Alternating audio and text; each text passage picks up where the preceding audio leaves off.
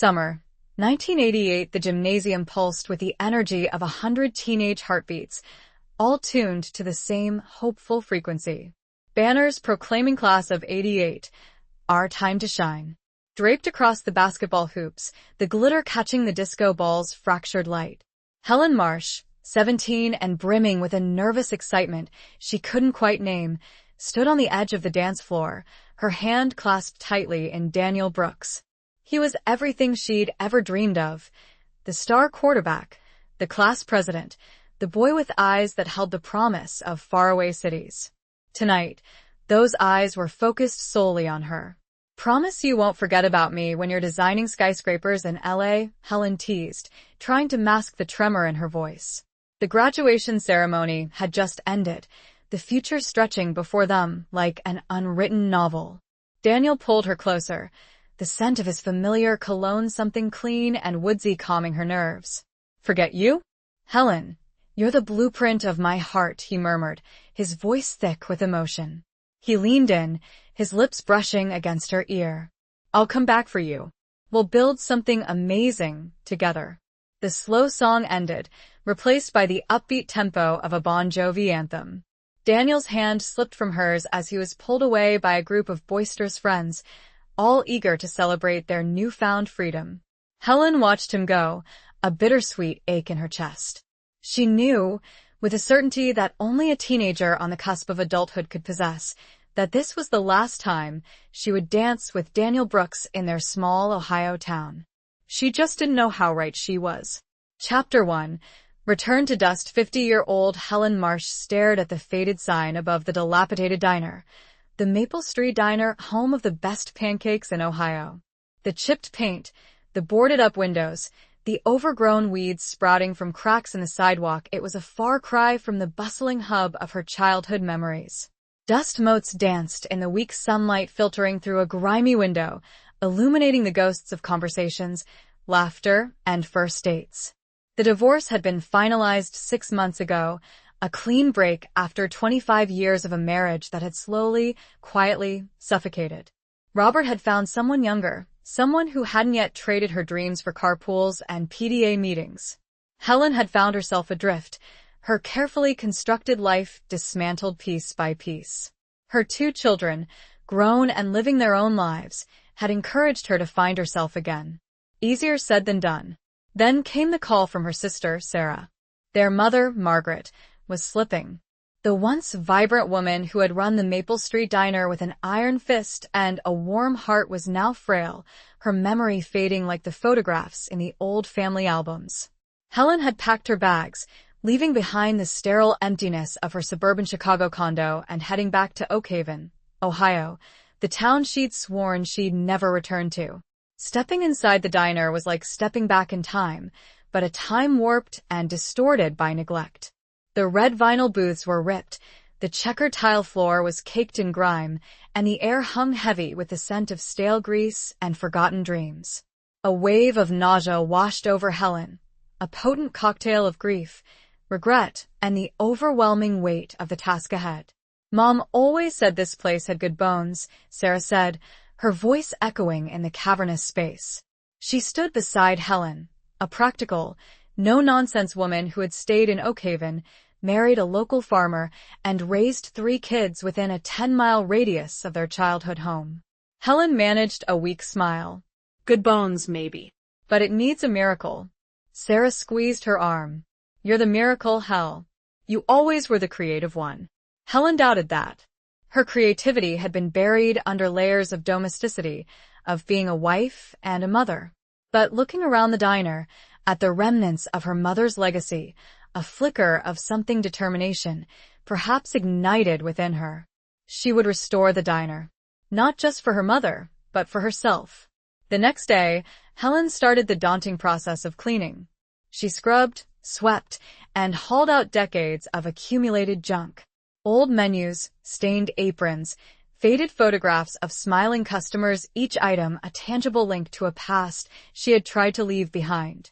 As she was clearing out a dusty box from under the counter, she found it a small, leather-bound sketchbook.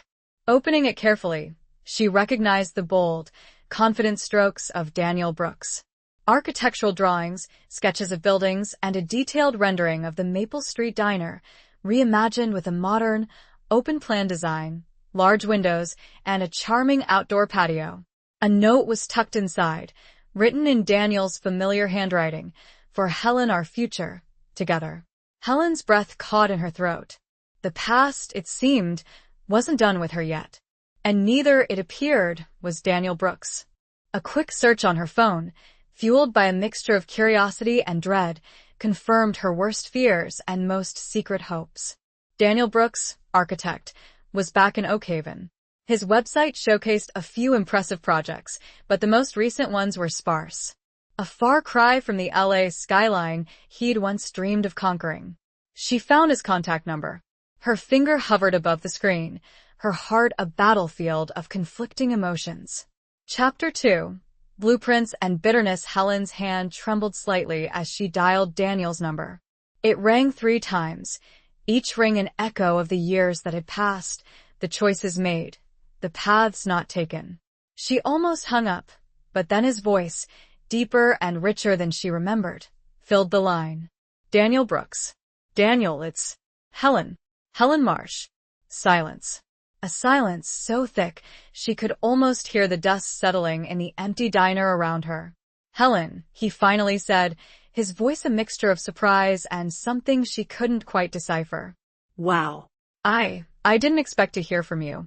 I found your sketchbook," she blurted out, the words rushing out like a dam had broken. "In the diner. Your drawings." The note. Another silence, this one shorter, but no less charged. "Right. The diner. Sarah told me you were back. And that you're renovating it." "I am," Helen confirmed, her voice steadier now. "And I need an architect. Sarah said you were the best in town." She couldn't bring herself to add, "the only one in town." He chuckled, a dry, humorless sound. "Small town standards, Helen. They're not exactly sky high. Are you available?" She pressed, ignoring the barb. She needed to keep this professional, even if her insides were churning like a milkshake machine. "I can be," he said after a pause. "Meet me at the diner tomorrow morning? 9 o'clock? 9 o'clock, Helen agreed, her heart pounding a nervous rhythm against her ribs. The next morning, Helen arrived at the diner before Daniel. She'd spent a restless night, tossing and turning, replaying old memories and imagining all the possible scenarios for their meeting. She cleaned a small section of the counter and set out 2 mugs, brewing a pot of coffee, the familiar aroma a small comfort in the vast emptiness. Daniel arrived precisely at 9, his truck a newer model than the beat-up pickup he used to drive pulling up to the curb. He looked older, of course, but still undeniably Daniel. The years had etched lines around his eyes and mouth, but those eyes still held the same intensity, the same spark of intelligence that had captivated her all those years ago.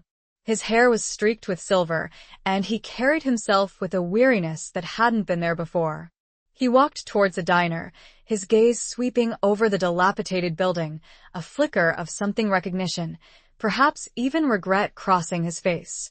"It's worse than I remembered," he said, his voice soft. "Time and neglect will do that," Helen replied, her tone carefully neutral. He stepped inside, the scent of coffee and old wood filling his senses. He looked around, his architect's eye taking in the details, the possibilities, and the challenges. "You've done some cleaning," he observed, nodding towards the cleared counter. "Trying to find the bones," Helen said, gesturing towards the ripped booths and the grimy floor. "Your sketchbook gave me some ideas." He walked over to where she stood, his proximity sending a jolt of awareness through her. He was close enough that she could smell his cologne still clean and woodsy, a scent that transported her back to that last dance, to the promises whispered in the darkness. He picked up one of the mugs, his fingers brushing against hers. The contact, brief as it was, sent a shiver down her spine. "So," he said, his voice low, "where do we start?" Helen forced herself to focus on the task at hand. "I want to restore it, but also modernize it. Make it a place where people want to gather, not just a relic of the past." Daniel nodded, his gaze meeting hers. "I understand. It's about honoring the history, but also creating something new." He opened his portfolio, spreading out a series of sketches and plans. They were beautiful, detailed, and exactly what Helen had envisioned. But as he explained his ideas, pointing out structural details and design elements, Helen couldn't help but notice the subtle changes in him. The cockiness, the boundless optimism, had been replaced by a quiet confidence, a realism born of experience. "This wall needs to come down," he said, pointing to a section separating the kitchen from the dining area. "It'll open up the space, create a better flow." Helen hesitated. That wall had always been there. It was where her mother Fad posted family photos, where she'd scribbled daily specials on a chalkboard. "Are you sure?" she asked, her voice tinged with doubt. Daniel looked at her, his eyes searching hers. "Trust me, Helen. Sometimes you have to tear down the old to make way for the new." His words resonated with her, a metaphor for their own lives, for the past they both carried. Could they tear down the walls of resentment and regret that separated them? Could they build something new, something stronger, from the ruins of their shared history? The question hung in the air, unspoken but palpable, a challenge and a promise all wrapped into one. The bitterness she'd held onto for so long began to feel heavy. A burden she wasn't sure she wanted to carry anymore. But letting go was harder than she thought.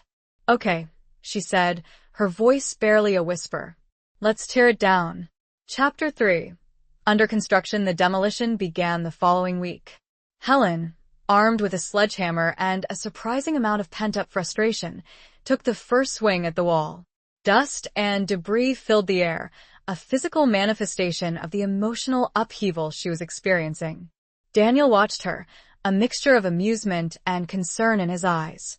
"Easy there, Tiger," he said, his voice laced with a hint of his old teasing tone. "You don't want to bring the whole diner down on us."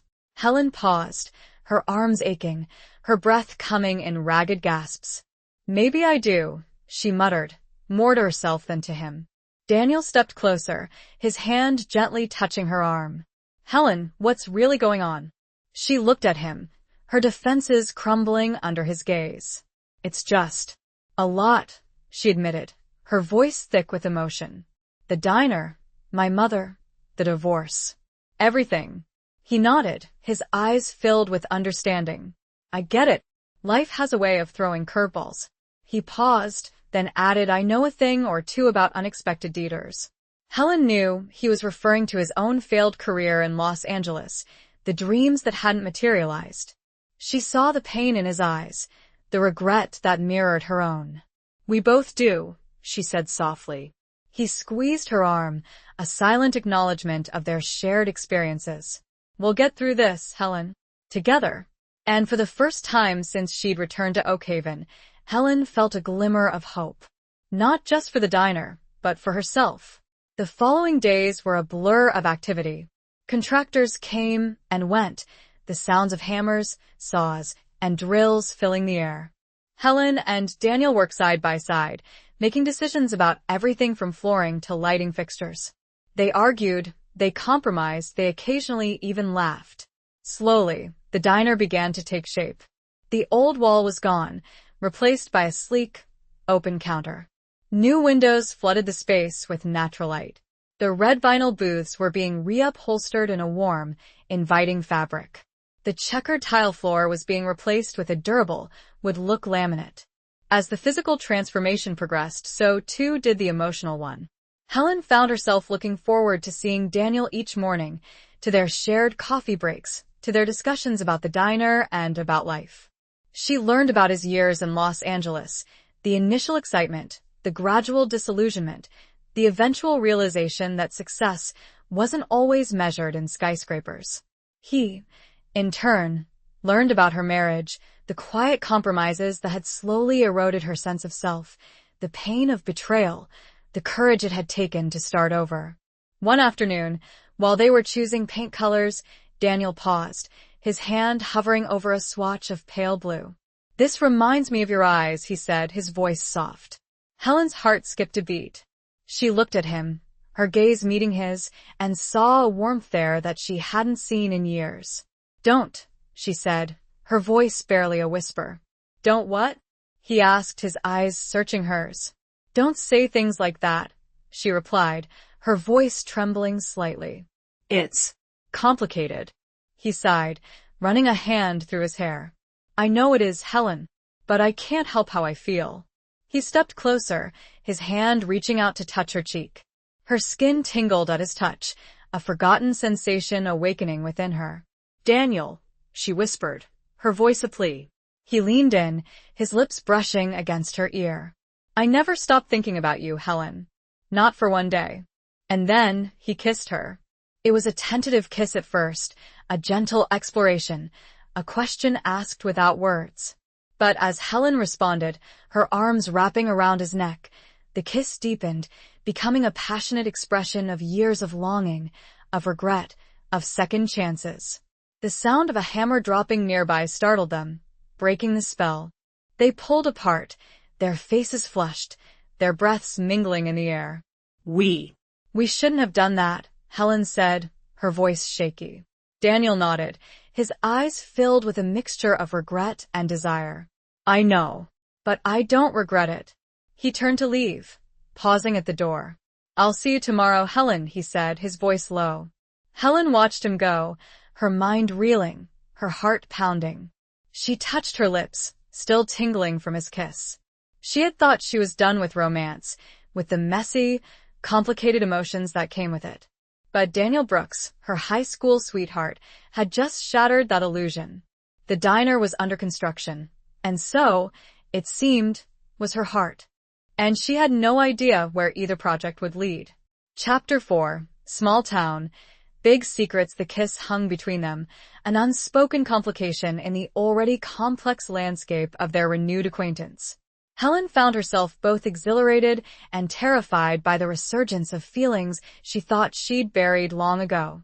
Daniel, for his part, seemed determined to pretend it hadn't happened, throwing himself into the diner renovation with a renewed intensity. The next few days were a whirlwind of activity. The new flooring went in, the walls were painted a warm, inviting cream instead of the pale blue Daniel had suggested, and the kitchen began to take shape with gleaming stainless steel appliances. Helen, despite her inner turmoil, found herself caught up in the excitement of the project. The diner was becoming a physical manifestation of her own rebirth, a symbol of hope and resilience. But Oakhaven, as Helen was quickly reminded, was a small town. And small towns thrived on gossip. News of her return, and of Daniel Brooks' involvement in the diner renovation, had spread like wildfire. One afternoon, Helen was at the local hardware store, picking up supplies, when she ran into Betty Sue Johnson, the town's resident busybody and self-proclaimed keeper of Oakhaven's secrets. Helen Marsh. Well, I'll be, Betty Sue exclaimed, her eyes widening with a mixture of surprise and thinly veiled curiosity. Back in town, are you? And working with Daniel Brooks, no less. Imagine that. Helen forced a smile. It's good to see you too, Betty Sue. Heard about your divorce. Betty Sue continued, her voice dropping to a conspiratorial whisper. Such a shame. But you know what they say, when one door closes. Helen knew exactly what Betty Sue was implying. She'd heard the whispers, seen the knowing glances.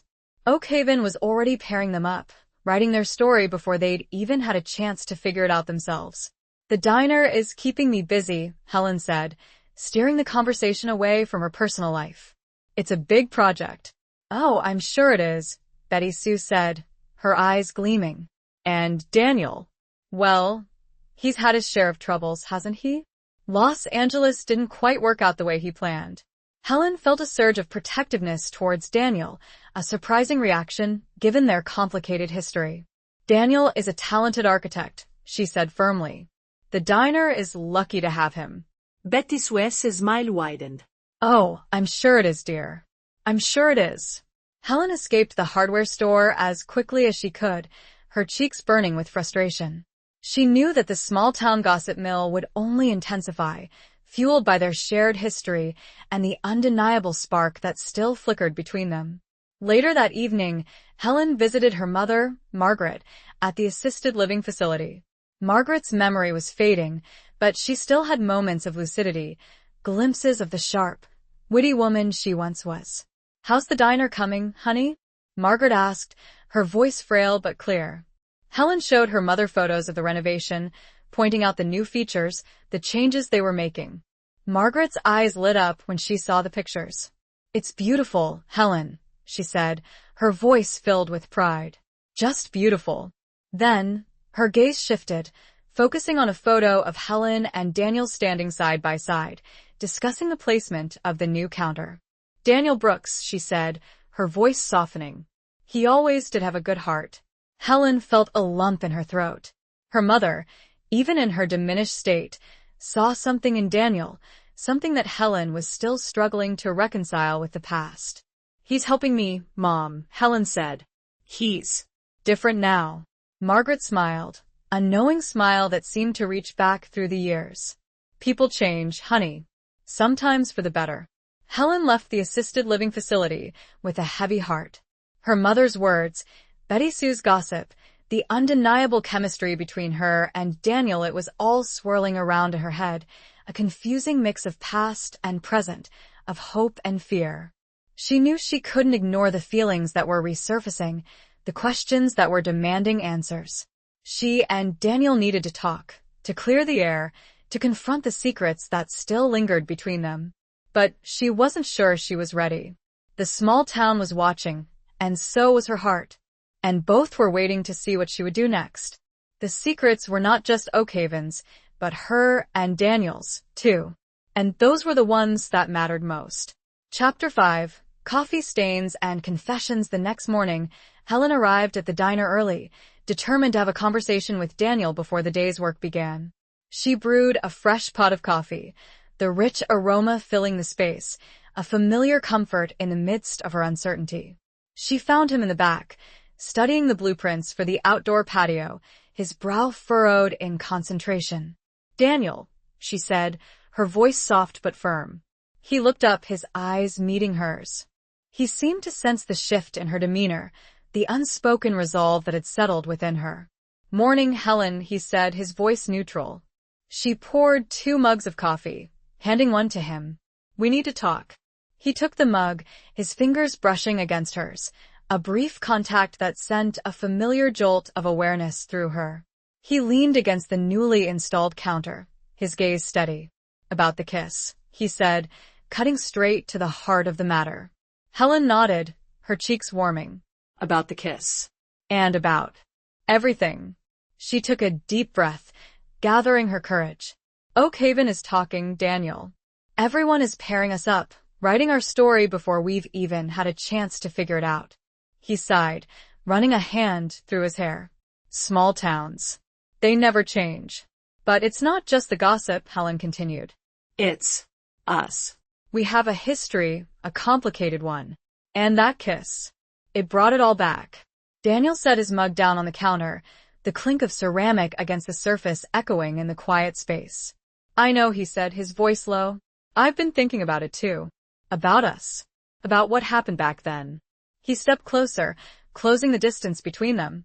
Helen, I never meant to hurt you. Leaving Oakhaven, leaving you. It was the biggest mistake of my life. Helen's heart ached at his words, at the raw honesty in his voice. She'd held onto her resentment for so long, nursing the wound of his abandonment. But hearing him say it, seeing the regret in his eyes, it started to feel different. Why did you leave, Daniel? She asked, her voice barely a whisper. You never really told me. He looked away, his gaze focusing on a distant point beyond the diner walls. I was young, ambitious, stupid, he said, his voice laced with self-reproach. I thought I needed to go to the big city, to prove myself. I thought I could have it all, the career, the success, and you. He turned back to her, his eyes filled with pain. But I was wrong. I chased a dream that wasn't really mine. And I lost the one thing that truly mattered. Helen's eyes welled up with tears, tears of anger, of sadness, of a long-buried grief finally surfacing. You broke my heart, Daniel, she said, her voice trembling. He reached out, his hand gently cupping her cheek. I know, he whispered. And I'm so sorry. I've regretted it every single day since. He wiped away a tear that had escaped her eye, his touch sending a shiver down her spine. I'm not that arrogant kid anymore, Helen. I've learned my lesson.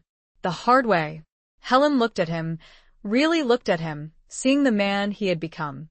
The lines of experience etched on his face, the humility in his eyes, the vulnerability he was finally allowing himself to show.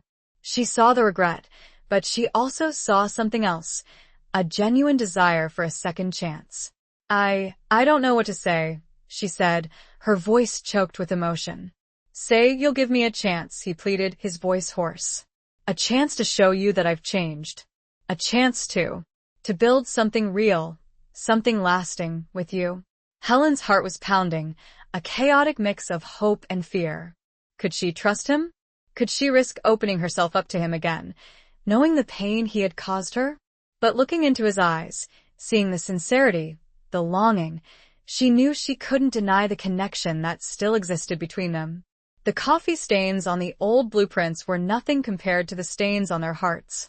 But maybe, just maybe, those stains could be washed away, leaving room for something new. Okay, she said, her voice barely a whisper.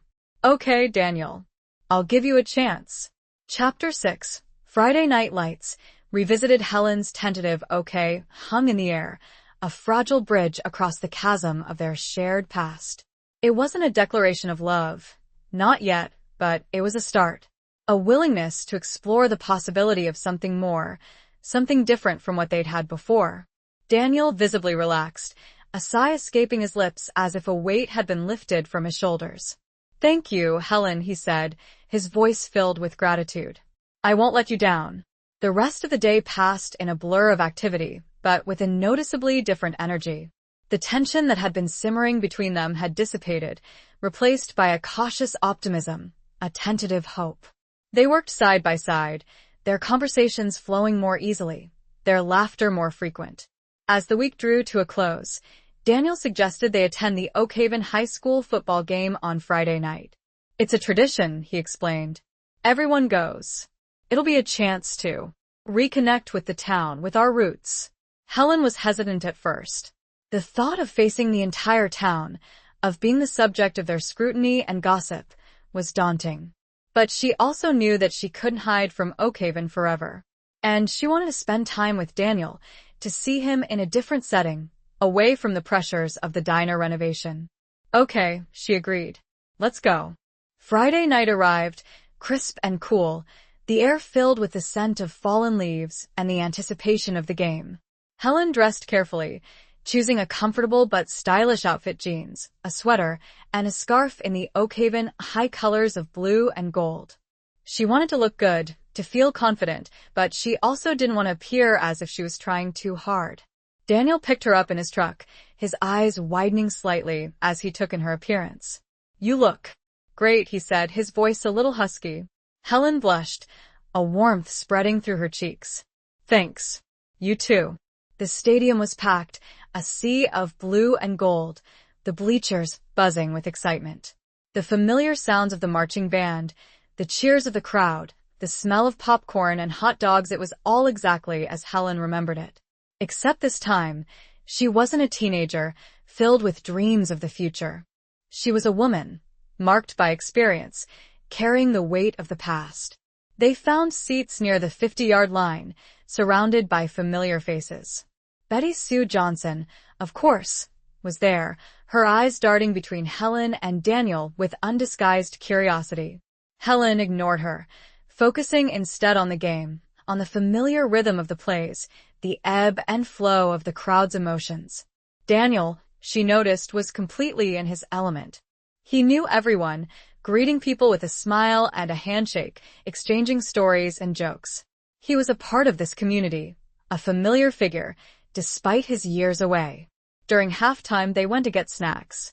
As they stood in line, a group of Daniel's former classmates approached them. Daniel Brooks, look at you, one of them exclaimed, clapping Daniel on the back. Back in town, and with Helen Marsh, no less. You two always were the golden couple. Helen felt her cheeks flush, her stomach twisting with a mixture of embarrassment and a strange sense of validation. Daniel handled the situation with grace, introducing Helen to his friends, making light of the golden couple comment. But Helen noticed the subtle way he slipped his arm around her waist, a protective gesture that spoke volumes. As they walked back to their seats, Helen couldn't help but ask, Did you ever bring anyone else to these games? After you left? Daniel looked at her, his eyes serious. No, Helen, he said. I never did. This was our thing. I couldn't imagine sharing it with anyone else. His words, simple as they were, touched her deeply. They spoke of a loyalty, a connection that had endured despite the years, despite the distance. The game continued, Oakhaven eventually winning in a nail-biting finish. As the crowd erupted in cheers, Daniel turned to Helen, his eyes shining with excitement. He leaned in and kissed her, a quick, spontaneous kiss, but one that was witnessed by the entire stadium. Helen didn't care. In that moment, surrounded by the familiar sights and sounds of her hometown, with Daniel by her side, she felt a sense of belonging, of homecoming, that she hadn't realized she'd been missing. The Friday night lights were shining on them again, but this time, they were illuminating a different path, a path filled with the possibility of a second chance, a chance to rewrite their story. And Helen, for the first time in a long time, felt truly hopeful. She was home. And maybe, just maybe, she was falling in love all over again. Chapter 7. The smell of cinnamon and regret the kiss at the football game had been a public declaration, a signal to Oakhaven and to themselves that Helen and Daniel were, in some way, back together. The reactions were mixed, ranging from Betty Sue Johnson's smug "I told you so" to genuine expressions of happiness from old friends who remembered them as the golden couple. Helen, however, found herself wrestling with a familiar mix of emotions, excitement, trepidation, and a lingering sense of doubt.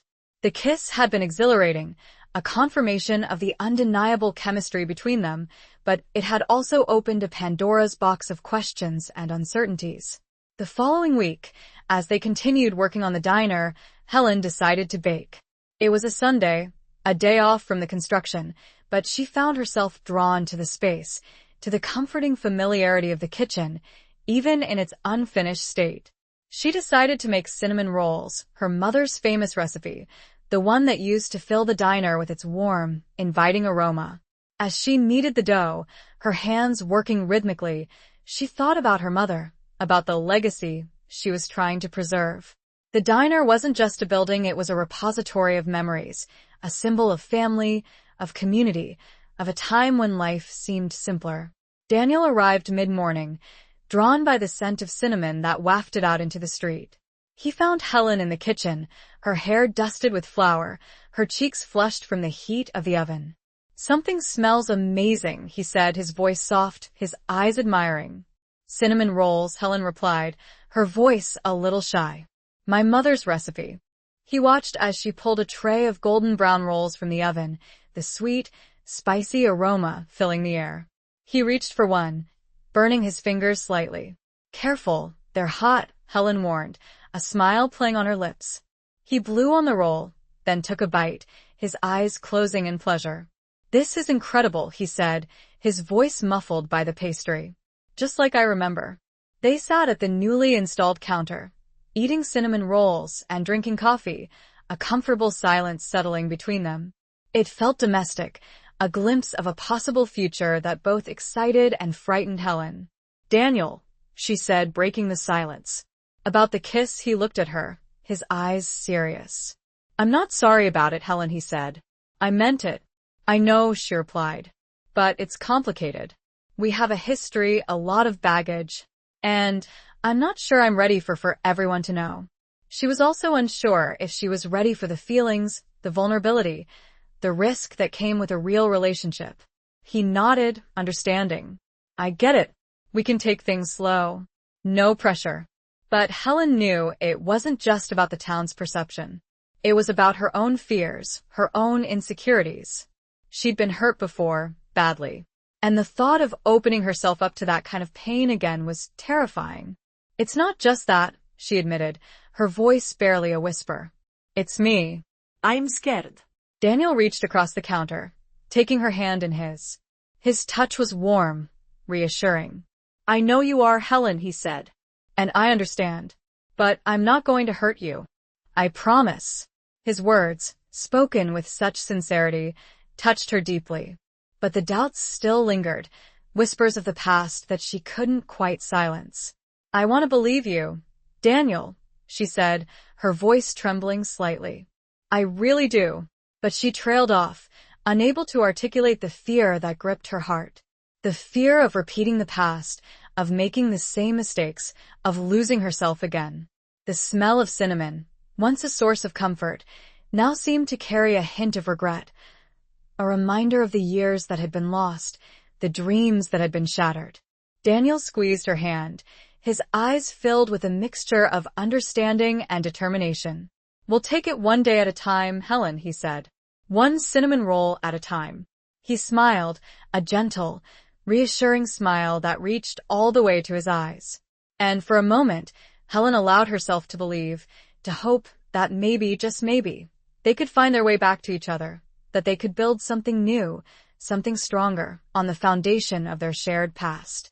But the scent of regret, like the lingering aroma of cinnamon, reminded her that the past was never truly gone.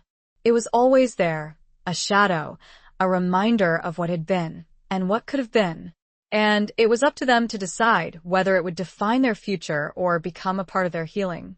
Chapter 8. The art of letting go. Helen's confession of fear had hung in the air, a fragile acknowledgement of the hurdles they still faced.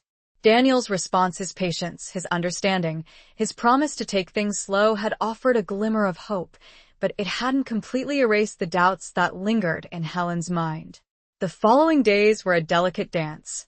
They continued working on the diner, the physical progress a stark contrast to the emotional complexities they were navigating. They shared moments of laughter, of comfortable silence, of a growing intimacy that was both exhilarating and terrifying. But there were also moments of awkwardness, of unspoken questions, of a hesitancy that mirrored Helen's internal struggle. One afternoon, while they were sorting through a box of old photographs found in the diner's storage room, Helen came across a picture of herself and Daniel at their senior prom. They were young, carefree, their eyes shining with the promise of a future that hadn't yet been written. She stared at the photo, a wave of nostalgia washing over her. She remembered the excitement, the anticipation, the feeling that anything was possible. And she remembered the heartbreak, the disappointment, the slow, agonizing realization that their paths were diverging. Daniel, seeing her holding the photo, came to stand beside her. He looked at the picture, a wistful smile playing on his lips. We were so young, he said, his voice soft. And so naive, Helen added, a hint of bitterness in her voice. He sighed, running a hand through his hair. We made mistakes, Helen. Both of us. You made the biggest one, she said, unable to keep the accusation from her voice. He didn't argue, didn't try to defend himself. He simply nodded, his eyes filled with regret. I know, he said. And I've paid the price. Helen looked at him, really looked at him, seeing the lines of experience etched on his face, the sadness that lingered in his eyes. She realized that he wasn't the same arrogant, ambitious young man who had left Oakhaven all those years ago. He had been humbled by life, by failure, by the consequences of his choices. And she, too, had changed. She wasn't the same heartbroken girl who had watched him drive away. She was a woman, stronger, more resilient, but also more guarded, more afraid of being hurt again. Daniel, she said, her voice softening. I need to understand. Why did you come back? To Oakhaven, I mean. After all these years. He looked away, his gaze focusing on the dusty window, on the familiar street outside. I told you LA didn't work out. I lost my way. I hit rock bottom. He paused, taking a deep breath. And then I realized all I ever really wanted was here. This town. This life. He turned back to her, his eyes searching hers. And you, Helen. I always wanted you. His words, spoken with such raw honesty, touched her deeply. But they also raised another question, a fear that had been lurking in the back of her mind. Are you sure, Daniel? She asked, her voice trembling slightly. Or are you just settling? Because you couldn't make it in the big city? He stepped closer, his hand reaching out to cup her cheek. His touch was gentle, reassuring. "No, Helen," he said, his voice firm. "I'm not settling. I am chosen.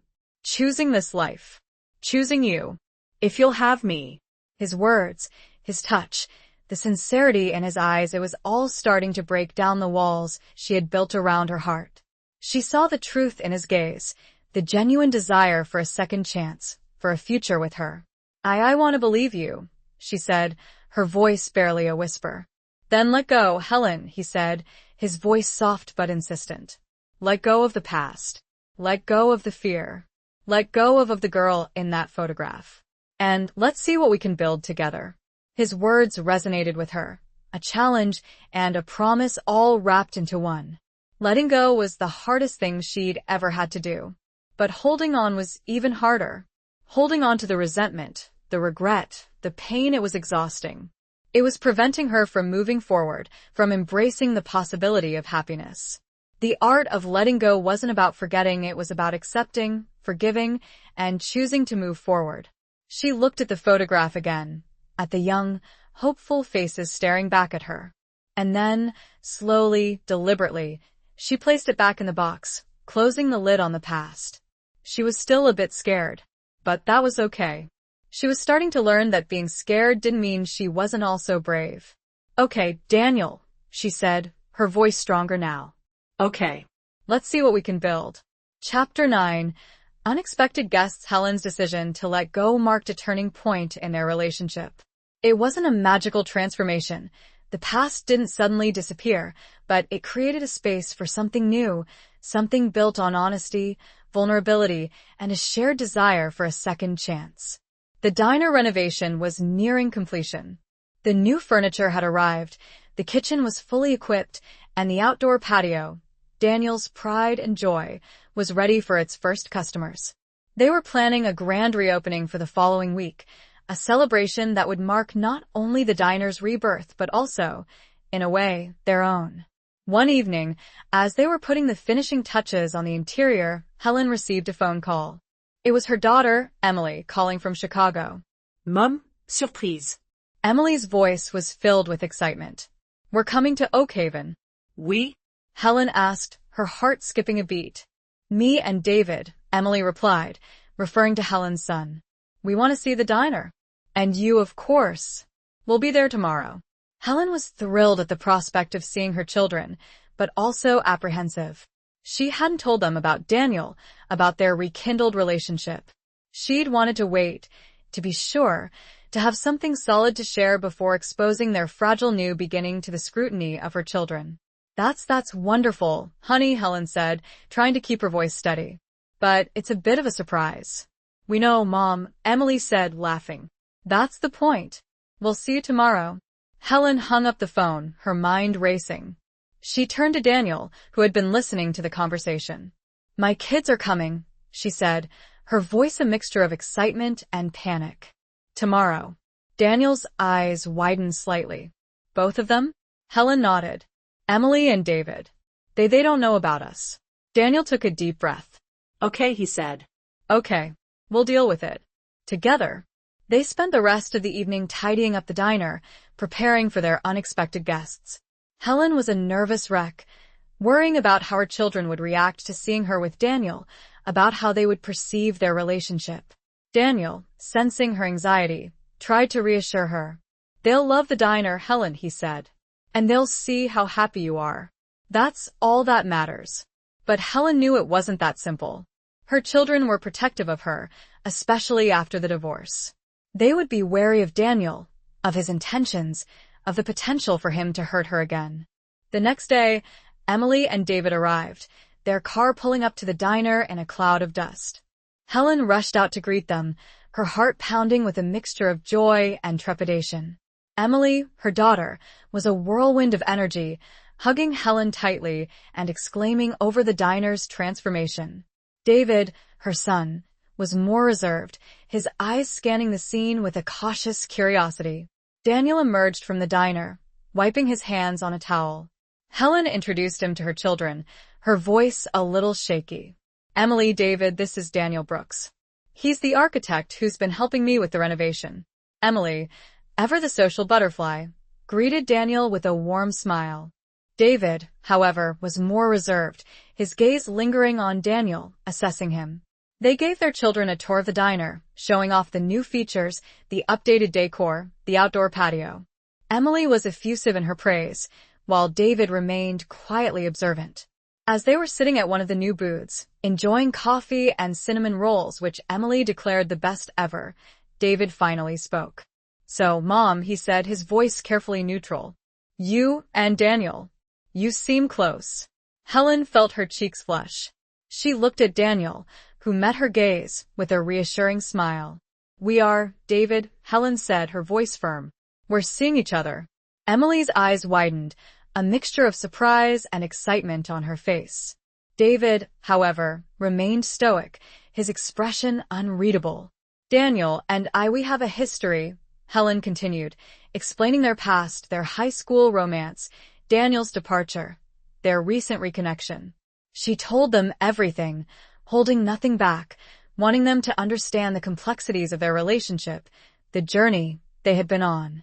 It was the first time she had laid it all bare, even to herself. When she finished, there was a moment of silence. Then David spoke. "So," he said, his voice still cautious, "you're back together?" Helen hesitated. "We're figuring things out," she said, "taking it one day at a time." Emily, sensing the tension, jumped in. "Mom, I think it's great," she said. "You deserve to be happy. And Daniel seems really nice." David, however, remained unconvinced. "Just be careful, Mom," he said, his eyes filled with concern. "You've been through a lot." Helen nodded, understanding his protectiveness. "I will, David," she said. "I promise." The rest of the visit was pleasant, but with an undercurrent of tension. Helen could sense David's reservations, his unspoken questions, his worry for her well-being. She knew she couldn't erase his concerns overnight, but she hoped that, in time, he would come to see Daniel as she did, a changed man, a man worthy of a second chance. The unexpected guests had thrown a wrench in their plans, but they had also forced Helen and Daniel to confront their relationship head-on, to define it not just for themselves but for the world. And that, in itself, was a step forward. Chapter 10. A Bridge Over Troubled Waters. David's cautious reaction to Helen and Daniel's rekindled relationship cast a shadow over the otherwise joyful visit. While Emily was enthusiastic and supportive, David remained reserved, his concern for his mother palpable. Helen understood his protectiveness, but it also created a subtle tension, a reminder of the hurdles they still faced. After Emily and David left, Helen and Daniel had a quiet conversation. They acknowledged David's reservations, recognizing that it would take time and effort to earn his trust. They also reaffirmed their commitment to each other, to navigating this new chapter of their lives together, with honesty and open communication. The grand reopening of the Maple Street Diner was a resounding success. The town turned out in full force, eager to see the renovated space and to support Helen's new venture. The diner buzzed with activity, filled with the sounds of laughter, conversation, and the clinking of silverware. Old friends reconnected, new friendships were formed, and the aroma of Helen's cinnamon rolls filled the air, a symbol of renewal and community. Betty Sue Johnson, of course, was there, holding court at a corner booth, dispensing gossip and unsolicited advice. But even her cynical pronouncements couldn't dampen the celebratory atmosphere.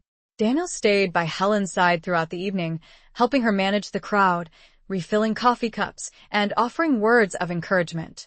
He was a natural, charming, and attentive, making everyone feel welcome. He was clearly invested in the diner's success, not just as an architect, but as Helen's partner. Seeing them together, working seamlessly as a team, even David's reservations seemed to soften slightly. He called Helen a few days after the reopening, his voice less guarded. "The diner looks great, Mom," he said. "And Daniel seems like a good guy. I'm still a little worried, but I'm happy for you." Helen's heart swelled with relief. David's acceptance, even if tentative, meant the world to her. As the weeks passed, the diner thrived. It became a hub of the community, a place where people gathered for breakfast, lunch, and dinner, a place where memories were made and shared. Helen found a new sense of purpose, a renewed energy that she hadn't felt in years. She was no longer just a wife, a mother, a divorcee. She was Helen Marsh, the owner of the Maple Street Diner, a woman who had rebuilt her life and found happiness again. Daniel, too, seemed to have found a new sense of belonging. He was no longer the ambitious architect chasing fame and fortune in the big city. He was Daniel Brooks, a valued member of the Oak Haven community, a man who had found fulfillment in a simpler, more meaningful life. Their relationship continued to deepen, evolving beyond the initial spark of rekindled romance.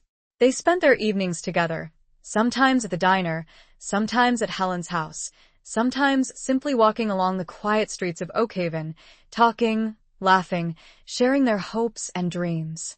One evening, as they were sitting on Helen's porch, watching the sunset, Daniel turned to her. "Helen," he said, his voice serious. I love you. I know it soon, but I can't deny it any longer." Helen's heart skipped a beat. She'd known, of course, that their feelings were deepening, that they were moving towards something more profound. But hearing the words, spoken aloud, with such sincerity, it took her breath away. "I love you too, Daniel," she said, her voice trembling slightly. I didn't think I could feel this way again. About anyone." He reached out, taking her hand in his. His touch was warm, reassuring. "I know," he said. "Me neither. But here we are." They sat in silence for a moment, simply holding hands, watching the colors of the sky deepen and fade. The troubled waters of their past, the doubts and fears that had once seemed insurmountable, were now calm, reflecting the peacefulness of their present, the hopefulness of their future. "What happens now?" Helen asked, her voice soft.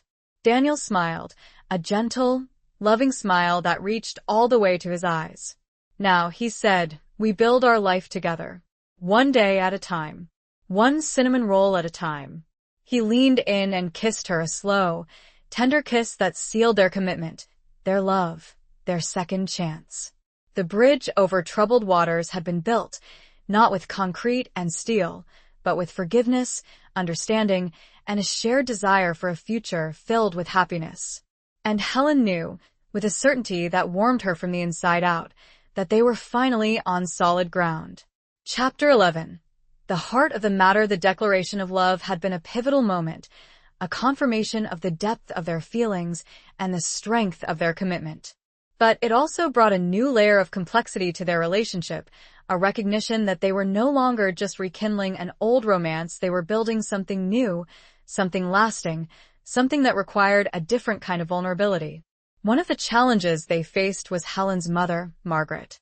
Her health had been declining steadily, her memory fading, her moments of lucidity becoming less frequent. Helen spent as much time as she could with her mother, cherishing those precious moments of connection, but it was also a constant reminder of the passage of time, of the fragility of life. Daniel was incredibly supportive, often accompanying Helen on her visits to the assisted living facility, offering a comforting presence and a listening ear. He even engaged Margaret in conversations about the diner, showing her photos of the renovation, reminding her of the old days, of the customers she had served, of the community she had built. One afternoon, as they were leaving the facility, Helen turned to Daniel, her eyes filled with gratitude. "Thank you," she said, her voice thick with emotion, "for being here, for everything." Daniel reached out, taking her hand in his. "I'm here for you, Helen," he said. "Always." He understood, without her having to say it, the emotional toll that her mother's illness was taking on her. He knew that the diner, while a source of joy and purpose, was also a reminder of her mother's legacy, of the pressure she felt to live up to it. A few weeks later, Margaret took a turn for the worse. She was hospitalized, her condition critical. Helen rushed to her side, her heart filled with fear and a profound sense of impending loss. Daniel was there, of course, a constant source of support, holding her hand, offering words of comfort, simply being present. He stayed with her at the hospital, through the long, anxious hours, through the sleepless nights. The doctors did everything they could, but Margaret's body was failing. She slipped into a coma, her breathing shallow, her pulse weak.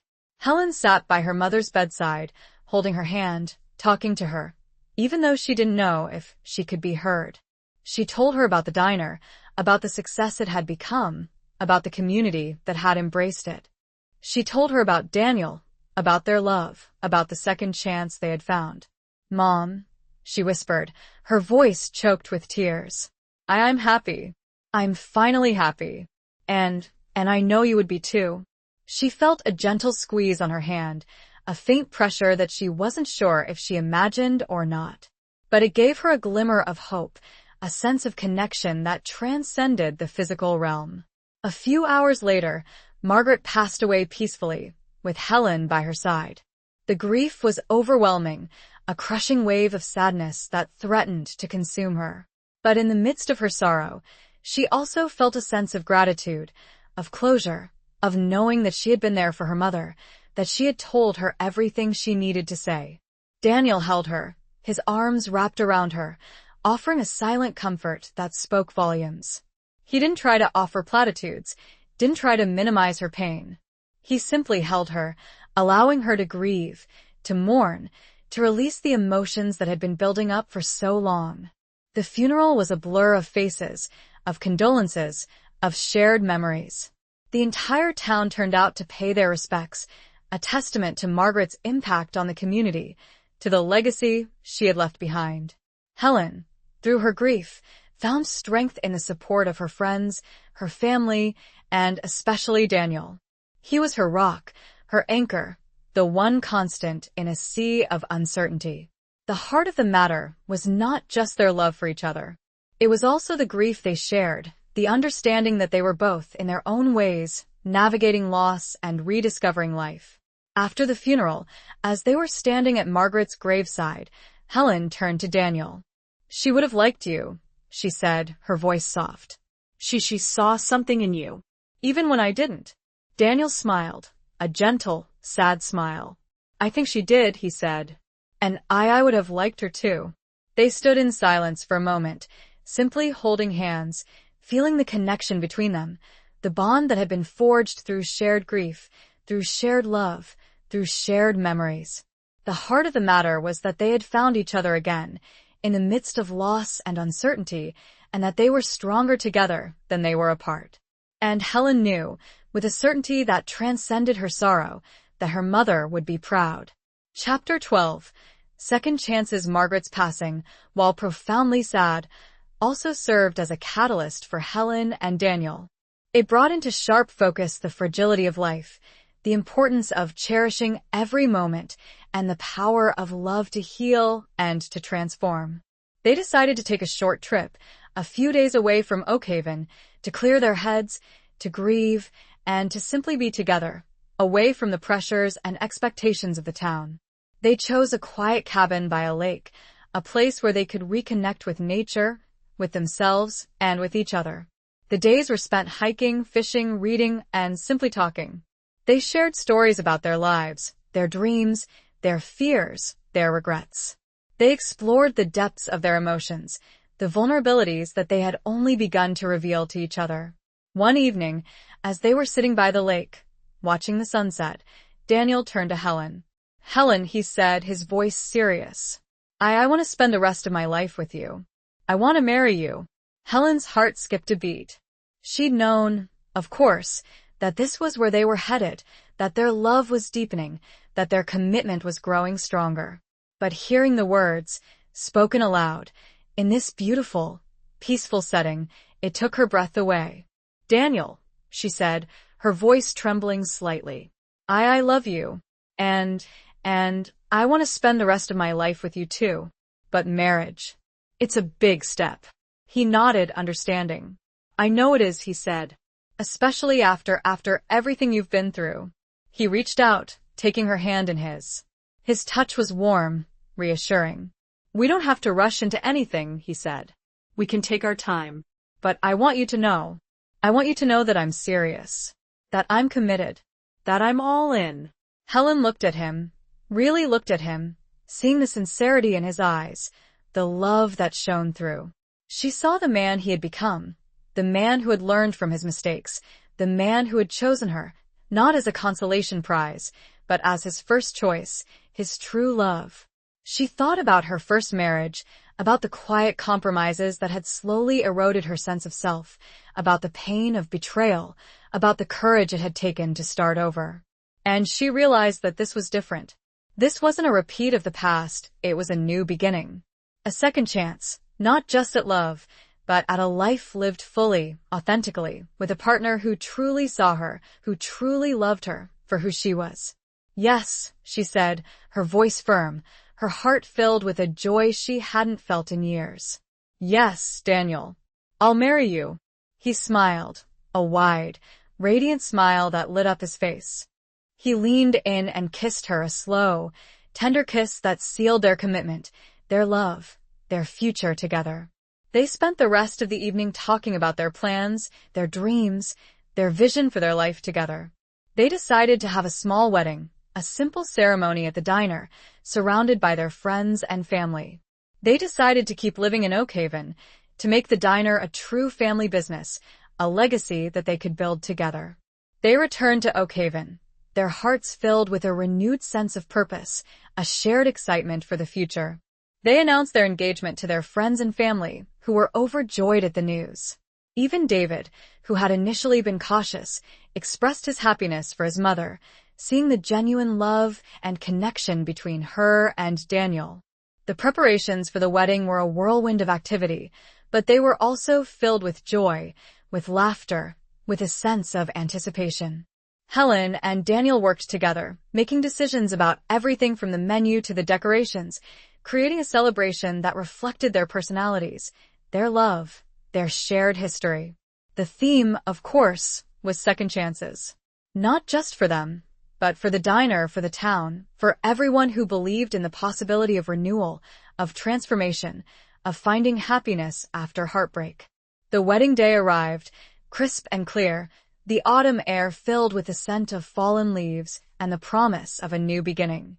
The diner was transformed, decorated with flowers, lights, and photographs that told the story of Helen and Daniel's lives, both separately and together. The second chance wasn't just a theme. It was a reality. A beautiful, tangible, hopeful reality. And it was about to become even more real. Chapter 13, Breaking Bread, Breaking Walls. The day of the wedding dawned bright and clear, a perfect autumn day in Oakhaven. The diner, transformed into a charming and intimate wedding venue, buzzed with activity. Friends and family bustled about, arranging flowers, setting tables, and adding the final touches to the decorations. The air was filled with anticipation, excitement, and the comforting aroma of the food being prepared for the reception. Helen, surrounded by her daughter, Emily, and her sister, Sarah, was getting ready in a small room upstairs, the former office of the diner, now converted into a makeshift bridal suite. She looked at herself in the mirror, a soft smile playing on her lips. She wasn't a young bride, but she felt a sense of joy, of anticipation, that she hadn't experienced in years. She was wearing a simple, elegant dress, a cream-colored lace that complemented her figure and her age. It wasn't the extravagant gown she might have chosen in her youth, but it was perfect for her, for this moment, for this second chance at love. "Mom, you look beautiful," Emily said, her eyes filled with tears of happiness. "You really do, Hel," Sarah added, squeezing her sister's hand. "Margaret would be so proud." Helen's heart ached at the mention of her mother, but she also felt a sense of peace, of knowing that she was honoring her mother's legacy, that she was living a life that would have made her proud. Downstairs, Daniel was greeting guests, his face beaming with happiness. He was wearing a simple but stylish suit, a navy blue that complemented his silvering hair and his bright blue eyes. He looked handsome, confident, and deeply in love. David, Helen's son, approached Daniel, extending his hand. "Daniel," he said, his voice sincere, I wanted to say I'm happy for you. And for my mom. You're a good man." Daniel shook David's hand, his eyes filled with gratitude. "Thank you, David," he said. "That means a lot to me." The ceremony was short and sweet, held in the main dining area of the diner, surrounded by their closest friends and family. Helen walked down the aisle, escorted by her son, David, her heart filled with a mixture of joy and a touch of nervousness. As she reached the front, she saw Daniel standing there, waiting for her, his eyes shining with love. They exchanged vows, simple, heartfelt promises to love, honor, and cherish each other, for better or for worse, for richer or for poorer, in sickness and in health, until death do them part. The words, though traditional, felt new, fresh, imbued with the weight of their shared history, with the understanding of the fragility of life, with the commitment to make the most of their second chance. When they were pronounced husband and wife, Daniel kissed Helen, a tender, passionate kiss that sealed their vows, their love, their future together. The guests erupted in applause, cheering and whistling, celebrating the union of two people who had found their way back to each other, who had overcome the obstacles of the past, who had chosen to embrace the possibility of a new beginning. The reception was a joyous affair, filled with laughter, dancing, and heartfelt toasts. The food, prepared by Helen and a team of local chefs, was delicious, a celebration of simple, home-style cooking with a modern twist. The cinnamon rolls, of course, were the star of the dessert table, a symbol of Helen's mother's legacy, of the diner's rebirth, of the sweetness of second chances. As the evening drew to a close, Helen and Daniel stood together, looking out at their guests, at the community that had embraced them, at the life they had built together. They had broken bread with their friends and family, sharing a meal that symbolized their union, their commitment, their love. And they had broken down the walls of the past, the barriers of resentment and regret, the fears that had held them back. They had created a space where love could flourish, where second chances were not just a possibility, but a reality. "We did it," Helen said, her voice filled with emotion. Daniel smiled, his eyes shining with love. "We did," he said. "And this is just the beginning." He leaned in and kissed her, a slow, tender kiss that spoke of a future filled with promise, with happiness, with a love that had endured the test of time. The walls were down, the bread was broken, and their hearts were full. The diner at Maple Main was more than just a building. It was a symbol of hope, of resilience, of the power of love to heal and to transform. And Helen and Daniel, the once heartbroken teenagers, were now the heart of it all, together at last. Chapter 14. Under the Ohio stars, the wedding reception wound down, the guests departing with full bellies and happy hearts, leaving Helen and Daniel in the warm, softly lit embrace of their newly renovated diner. The remnants of the celebration, scattered flowers, half-empty glasses, and the lingering scent of cinnamon and coffee served as a tangible reminder of the joyous occasion, of the love that had been celebrated, of the new chapter that had officially begun. They decided to spend their wedding night in Oak Haven, in Helen's house, the house that was now their house. It wasn't a fancy honeymoon suite, but it was home, filled with the comfort of familiar surroundings and the promise of a future built together. As they walked hand in hand under the clear Ohio sky, the stars twinkling above them, Helen felt a sense of peace, of contentment, that she hadn't experienced in years. It was a quiet night, the only sounds the gentle rustling of the leaves in the autumn breeze and the occasional distant bark of a dog. It was a perfect day, Helen said, her voice soft, her head resting on Daniel's shoulder. "It was," Daniel agreed, squeezing her hand. "Even better than I imagined." They reached the house, a modest two-story home with a welcoming porch, a place that had witnessed Helen's journey through marriage, motherhood, divorce, and now a new beginning. Daniel unlocked the door, a symbolic gesture of their shared life, of their commitment to building a future together, within these walls and beyond. Inside, the house was quiet, filled with the soft glow of the lamps they had left on. It felt different somehow.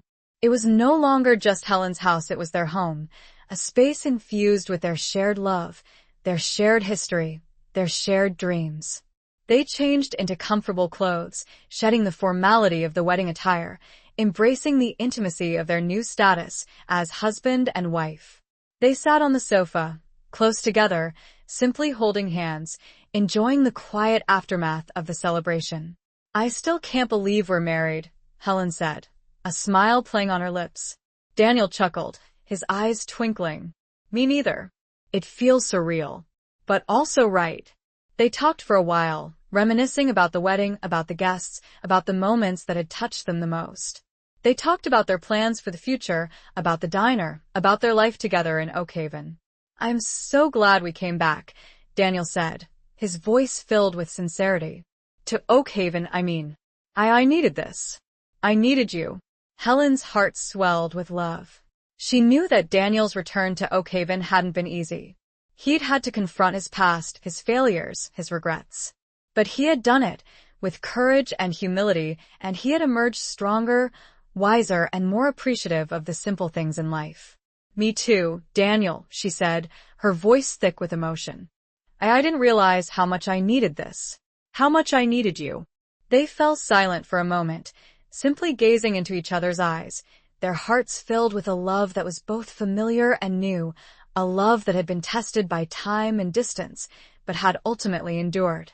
It was a love that had been rekindled, reignited, transformed into something stronger, something deeper, something that would last a lifetime. Daniel reached out, gently cupping Helen's face in his hands. "I love you, Helen," he said, his voice husky with emotion. "More than words can say." "I love you too, Daniel," she replied, her voice barely a whisper. He leaned in and kissed her, a slow, tender kiss that expressed the depth of their feelings, the profound connection that they shared. It was a kiss that spoke of a future filled with love, with laughter, with shared dreams, with a life built together, under the Ohio stars. The stars, the same ones that had shone down on them as teenagers, now witnessed their renewed vows, their commitment to a love that had finally found its way home. It was a quiet night, a simple night, but it was perfect. It was the beginning of their forever, a forever that had been a long time coming but was finally, beautifully, here. Chapter 15. Ghosts of dinners past the first few weeks of married life were a blissful blur for Helen and Daniel. They settled into a comfortable routine, balancing their work at the diner with their time together at home. The diner continued to thrive, becoming even more popular after the wedding, a symbol of hope and second chances for the entire town. One quiet afternoon, while Helen was working on the diner's accounts and Daniel was sketching plans for a small expansion of the outdoor patio, a familiar face appeared at the door. It was a woman, elegantly dressed, with a confident air that suggested she was not from Oakhaven. Helen looked up, recognizing the woman instantly, even though it had been years since they'd last seen each other. It was Jessica, Daniel's former girlfriend from Los Angeles, the woman he had been with when he'd left Oakhaven all those years ago.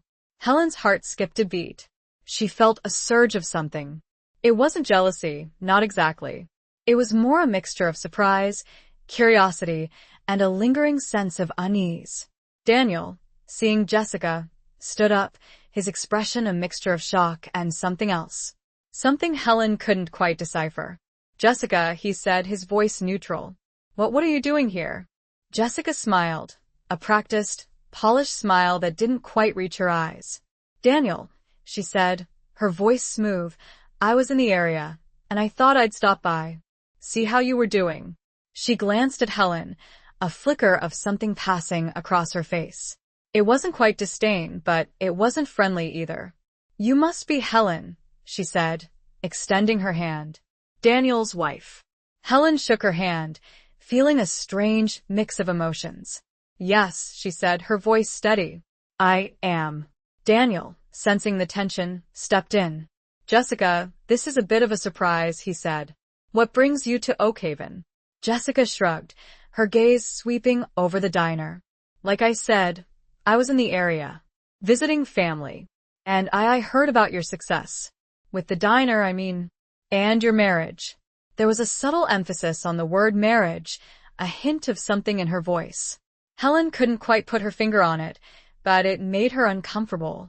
They made small talk for a few minutes, awkward, stilted conversation that felt forced and unnatural. Jessica asked about the diner, about Oakhaven, about Daniel's life. He answered her questions politely, but Helen noticed that he kept his distance, both physically and emotionally. Finally, Jessica said, "Well, it was nice to see you, Daniel. And nice to meet you, Helen." She turned to leave, then paused at the door. "Daniel," she said, her voice softer now, I often think about you. About us. About what might have been." And with that, she was gone, leaving Helen and Daniel standing in the diner, the ghosts of dinners past swirling around them. Daniel turned to Helen, his expression apologetic. I'm sorry about that, he said. "I had no idea she was coming." Helen forced a smile. It's okay, Daniel, she said. "It's understandable. She was a part of your life." But even as she said the words, she felt a twinge of something. It wasn't jealousy, not really. It was more a reminder of the past, of the choices they had both made, of the paths that had led them to this moment. And it made her wonder, did Daniel ever think about Jessica? About what might have been? Did he ever regret his decision to come back to Oakhaven? To her? The ghosts weren't just Jessica. They were the lingering doubts, the what-ifs, the shadows of a past that could never be completely erased. The unexpected visit had stirred up emotions that Helen had thought were settled. It was a reminder that the past, even when forgiven, could still cast a shadow on the present. And it was up to them to decide whether they would let that shadow define their future, or whether they would choose to step into the light together. Chapter 16. A family affair. Jessica's unexpected visit had stirred up a disquiet in Helen, a subtle unease that lingered even after the woman had departed. While she trusted Daniel and believed in the strength of their love, the encounter had served as a reminder of his past, of the life he had lived before returning to Oakhaven. That evening, as they were cleaning up the diner after closing, Helen finally voiced her thoughts. "Daniel," she said, her voice hesitant, do you ever think about her? About Jessica? About what might have been?" Daniel stopped wiping down the counter, turning to face her, his expression serious. "Helen," he said, "Jessica is a part of my past. A part I'm not proud of. I made mistakes, hurt people, and I chased a dream that wasn't really mine. Seeing her, it brought all that back. But it also reminded me of how far I've come, and how grateful I am to be here. With you." He reached out, taking her hands in his. His touch was warm, reassuring. "I don't think about what might have been with Jessica," he continued, "because what we have now is so much better, so much more real. I love you, Helen, and I have no regrets about choosing you, about choosing this life." Helen's heart softened at his words, at the sincerity in his eyes. She knew he was telling the truth, that his love for her was genuine, that his commitment was unwavering. "I love you too, Daniel," she said, her voice filled with emotion. Sometimes I worry that you'll miss that life. The excitement, the glamour." He chuckled, a gentle, loving sound. "Glamour," he said. "Helen, there's nothing glamorous about chasing empty dreams. Real life, real love, real connection, that's what matters. And that's what I have here. With you. In Oakhaven." He leaned in and kissed her, a slow, tender kiss that erased any lingering doubts, any lingering fears. The following week, they received another unexpected visit, but this one was far more welcome. Emily and David, Helen's children, decided to come to Oakhaven for a long weekend, a surprise visit to celebrate their mother's new marriage and to spend some quality time together as a family. Helen was overjoyed. She hadn't seen her children since the wedding, and she was eager to share her new life with them, to show them how happy she was with Daniel. When Emily and David arrived, they were immediately embraced by the warmth and charm of the diner and by the genuine affection between Helen and Daniel. They saw the ease with which their mother and her new husband interacted, the comfortable rhythm of their life together, the love that radiated from them. David, who had initially been cautious and reserved, noticeably relaxed, his concerns seemingly allayed by the evidence of his mother's happiness. He spent time talking with Daniel, getting to know him better, seeing him not just as a potential threat, but as a kind, caring man who genuinely loved his mother. Emily, as always, was effusive in her praise and support, showering her mother with hugs and compliments, and teasing Daniel with playful affection. One evening, as they were all sitting around the table in Helen and Daniel's home, enjoying a home-cooked meal, David raised his glass in a toast. "To Mom and Daniel," he said, his voice filled with sincerity. "To your happiness. To your new life together. I was wrong about you, Daniel. You're a good man. And you make my mom happy. That's all that matters." Helen's eyes welled up with tears of joy. David's acceptance, his blessing, meant the world to her. It was the final piece of the puzzle, the validation she had been seeking, the assurance that her family was complete, that her new life was truly blessed. Emily added her own toast, raising her glass and saying, "To family, the one we're born with and the one we choose." They all clinked glasses, a chorus of love and laughter filling the room. It was a perfect moment, a testament to the power of forgiveness, of second chances, of the bonds of family, both old and new. The diner had brought them together, but it was the love, the acceptance, the shared commitment to a future filled with happiness that truly made them a family. It was a family affair, not just in the sense of the diner, but in the sense of their hearts, their lives, their intertwined destinies. Chapter 17. Weathering the storm, life in Oakhaven settled into a comfortable, happy rhythm for Helen and Daniel. The diner continued to thrive, their relationship deepened, and their connection with their families grew stronger. They had weathered the initial storms of rekindled romance, of past regrets, of family concerns, and had emerged stronger, more united, more in love than ever. But life, as they knew, had a way of throwing curveballs, of testing even the strongest of bonds. And Oakhaven, despite its small-town charm, was not immune to the forces of nature. One evening, in the late summer, a severe thunderstorm rolled into Oakhaven. The wind howled, the rain lashed against the windows, and the thunder rumbled ominously.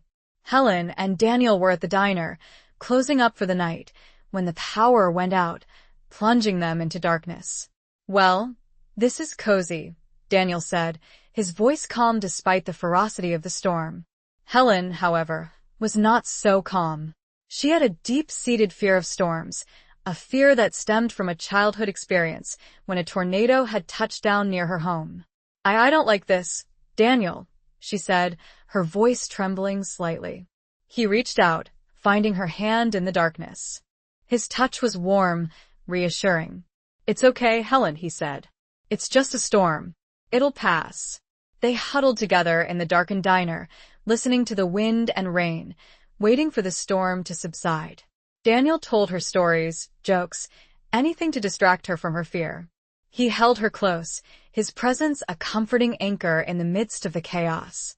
Suddenly, they heard a loud crash, followed by the sound of shattering glass. "What was that?" Helen cried, her heart pounding. Daniel grabbed a flashlight and went to investigate. He found that a large tree branch, whipped by the wind, had crashed through one of the diner's front windows, shattering the glass and sending debris scattering across the floor. "Damn it," he muttered, surveying the damage. Helen joined him, her eyes widening in dismay. The diner, their pride and joy, their symbol of hope and second chances, had been damaged. "Oh, Daniel," she said, her voice filled with despair. "What are we going to do?" He put his arm around her, pulling her close. "We'll fix it, Helen," he said. "It's just a window. We'll clean it up, board it up, and get it replaced. It'll be okay." They spent the rest of the night cleaning up the debris, boarding up the broken window, and trying to protect the diner from further damage. The storm raged on, but they worked together, their teamwork a testament to their resilience, their commitment to each other, their determination to weather the storm, just as they had weathered the storms of their past. As dawn broke, the storm finally subsided, leaving behind a trail of destruction. The streets of Oakhaven were littered with debris, fallen trees, and downed power lines. But the diner, though damaged, was still standing. Helen and Daniel stood outside, surveying the scene, their arms wrapped around each other. They were exhausted, but they were also grateful. Grateful that they were safe. Grateful that the damage wasn't worse. Grateful that they had each other. "We'll get through this, Helen," Daniel said, his voice firm. "Just like we always do." Helen nodded, her heart filled with a renewed sense of hope, of resilience. The storm had been a test, a challenge, but it had also been a reminder of their strength, of their love, of their ability to weather any storm together. They had faced the ghosts of their past, the uncertainties of their future, and the literal storm that had raged outside. And they had come through it all, stronger, more united, more in love than ever. The diner would be repaired, the window replaced, and life would go on. But their bond, their love, their commitment to each other, that was something that no storm could ever damage. Chapter 18. The price of dreams. The storm had passed, leaving behind a trail of damage and a lingering sense of vulnerability. The diner's broken window was a stark reminder of the forces that could disrupt even the most carefully laid plans, the most idyllic of lives. Helen and Daniel, with the help of friends and neighbors, had cleaned up the debris and boarded up the window, but the cost of replacing it, along with repairing other minor damage to the diner, was significant. They had insurance, of course, but there were deductibles to consider, and the process of filing a claim and getting the repairs done was time-consuming and stressful. The financial strain, coupled with the emotional toll of the storm, began to weigh on them. They found themselves arguing more frequently, snapping at each other over small things, their usual easygoing rhythm disrupted by the underlying anxiety. One evening, as they were working late at the diner, trying to catch up on paperwork and prepare for the next day's business, Helen snapped. "Daniel," she said, her voice sharp, "did you remember to call the insurance company again? We need to get this window fixed." Daniel, who was already stressed about a problem with the diner's plumbing, looked up, his expression weary. "I haven't had a chance, Helen," he said. "I've been dealing with the leaky pipes all day. I'll call them tomorrow." "Tomorrow?" Helen exclaimed. "We need to get this done now. It's cold, it's insecure, and it looks terrible." "I know," Daniel said, his voice rising slightly. "But I can't do everything at once. I'm only one person." "Well, maybe if you hadn't insisted on that fancy, expensive window in the first place," Helen started, then immediately regretted her words. Daniel's face fell. He looked at her, his eyes filled with hurt. "That's not fair, Helen," he said, his voice low. "You know I designed that window with you in mind, to bring in more light, to create a more welcoming space." Helen felt a wave of guilt wash over her. She knew he was right. The window had been Daniel's idea, a beautiful addition to the diner, a symbol of their shared vision. And she had loved it. "I'm sorry, Daniel," she said, her voice softening. "I didn't mean that." "I'm just stressed." He sighed, running a hand through his hair. "I know," he said. "Me too. It's just a lot. The storm, the repairs, the money." They stood in silence for a moment, the tension thick between them. The price of their dreams, of their second chance, was proving to be higher than they had anticipated. It wasn't just the financial cost, it was the emotional toll, the strain on their relationship, the constant worry and uncertainty. Helen reached out, taking Daniel's hand in hers. His touch was still warm, still reassuring, but she could feel the tension in his grip. "We'll get through this, Daniel," she said, her voice firm. "We always do. We need to be patient. And we need to support each other. Not tear each other down." Daniel nodded, his eyes meeting hers. "You're right," he said. "I'm sorry too. I shouldn't have snapped at you." They stood there, holding hands, their connection reestablished, their commitment to each other reaffirmed. They knew that the road ahead wouldn't always be easy, that there would be more challenges, more storms to weather. But they also knew that as long as they had each other, as long as they faced those challenges together, they could overcome anything. The price of their dreams might be high, but the value of their love, of their partnership, was immeasurable. And that was something worth fighting for. Chapter 19. Finding home. The tension between Helen and Daniel, sparked by the stress of the storm damage and the financial strain, gradually eased as they consciously worked to communicate better, to support each other, and to remember the love and commitment that had brought them together. The insurance claim process was slow and frustrating, but they navigated it together, patiently dealing with paperwork, phone calls, and inspections.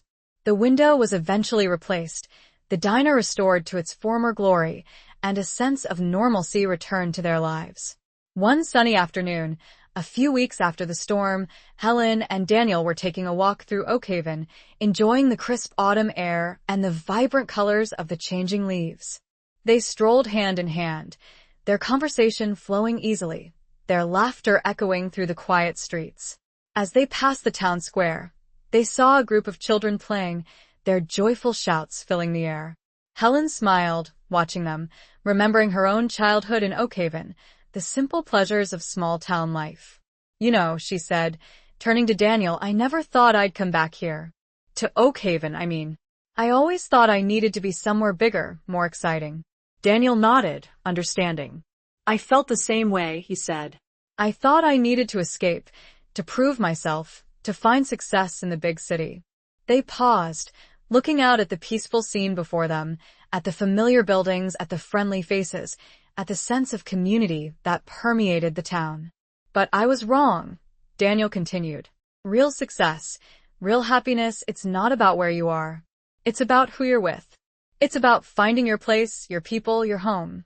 Helen's heart swelled with emotion. She realized that he was right. She had spent years searching for something, for a sense of belonging, for a place where she could truly be herself. And she had found it, not in some far-off city, not in some grand adventure, but here, in Oakhaven, with Daniel. I feel the same way, she said, her voice thick with emotion. I feel like I've finally come home. Not just to Oakhaven, but to you. Daniel smiled, his eyes shining with love. He reached out, gently cupping her face in his hands. You're home, Helen, he said, his voice soft. You're my home.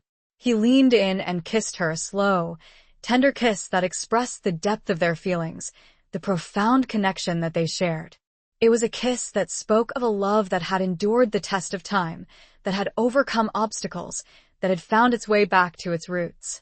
As they continued their walk, they passed the old movie theater, the one where they had shared their first kiss, so many years ago. It was closed now, boarded up, a relic of the past. Remember that place? Helen asked, a wistful smile playing on her lips. Daniel chuckled. How could I forget? He said. It's where I first realized I was in love with you. They paused, looking at the old theater, remembering the excitement, the anticipation, the youthful dreams that had once filled their hearts. We've come a long way, Helen said, her voice soft. We have, Daniel agreed. And we've still got a long way to go. He put his arm around her, pulling her close. They continued their walk, their steps in sync, their hearts united, their love a beacon guiding them towards a future filled with promise, with happiness, with a sense of belonging that they had both been searching for. They had found home, not just in a place, but in each other. And that was all that mattered. The town, the diner, the past, all faded into the background. The only thing that was truly in focus was their love.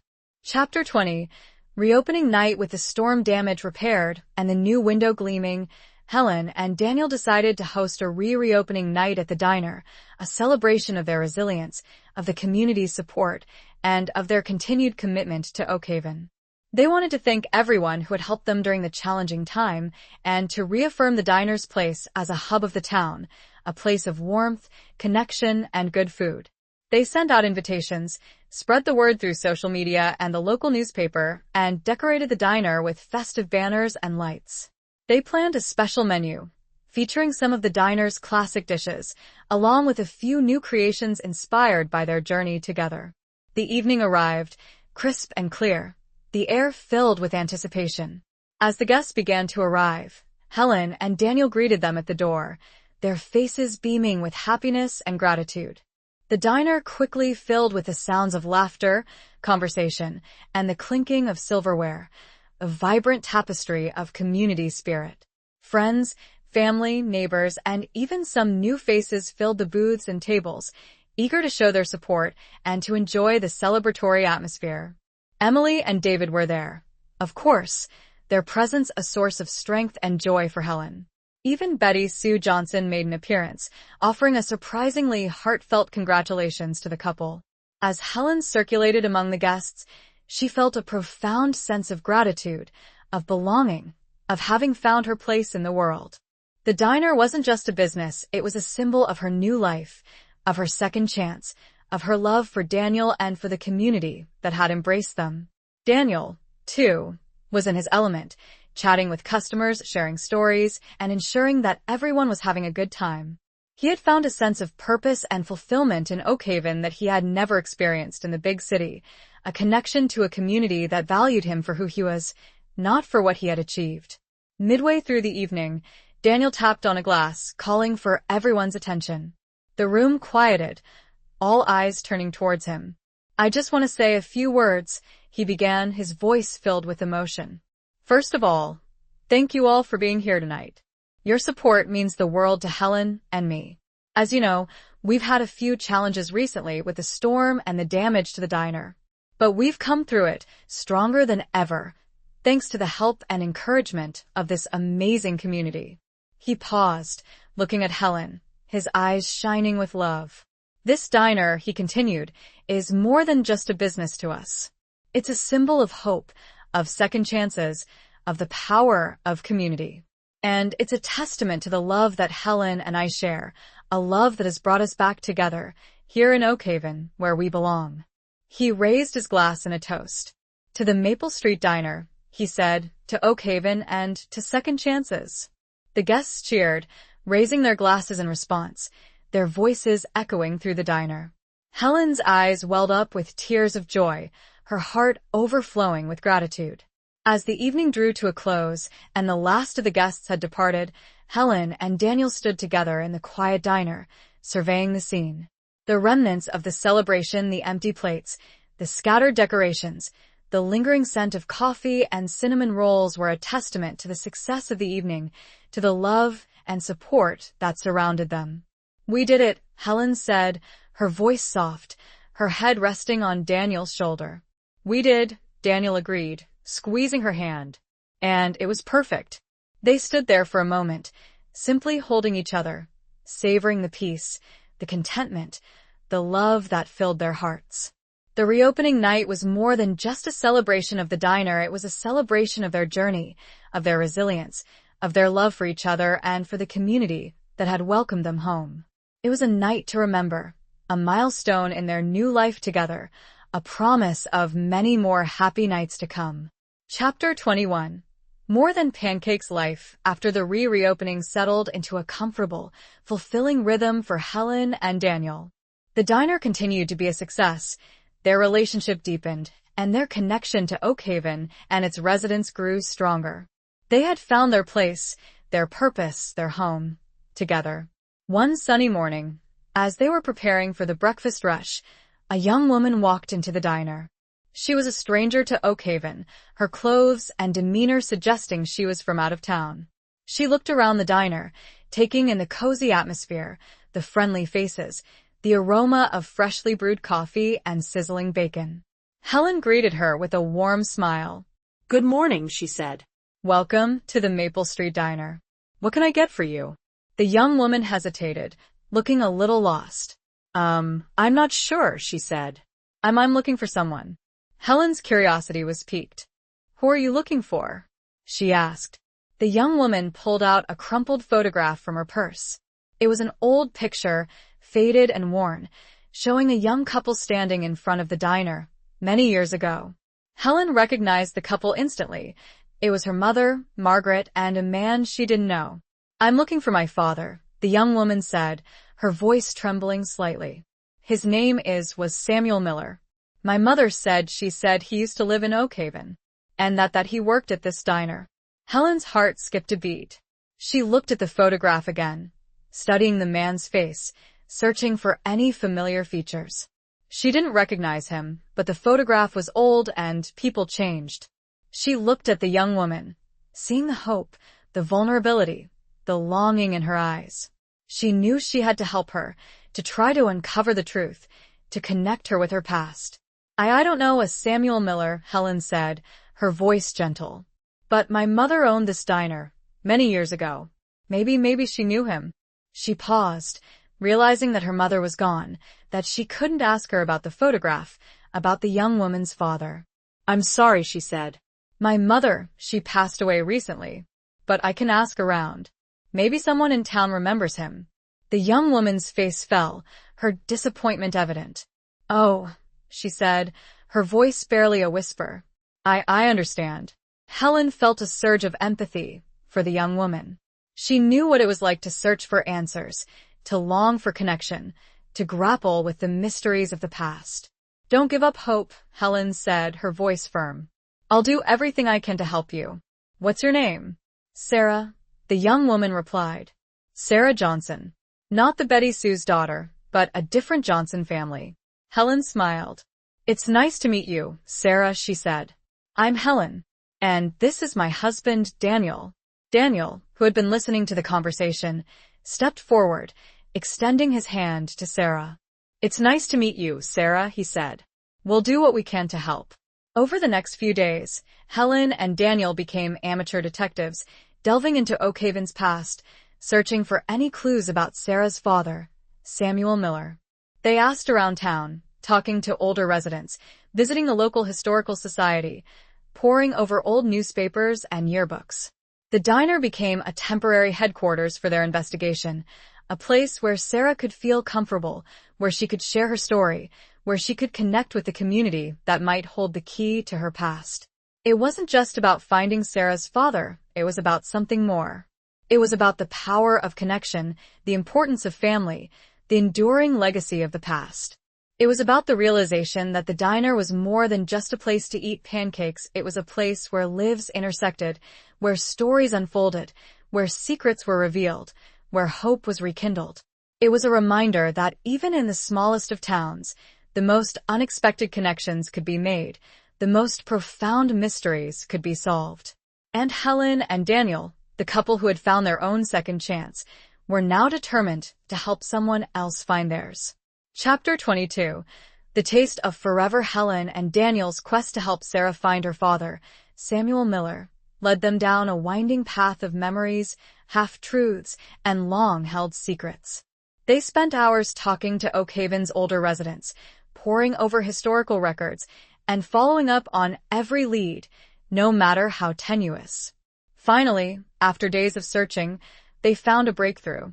Betty Sue Johnson, surprisingly, provided the crucial piece of information.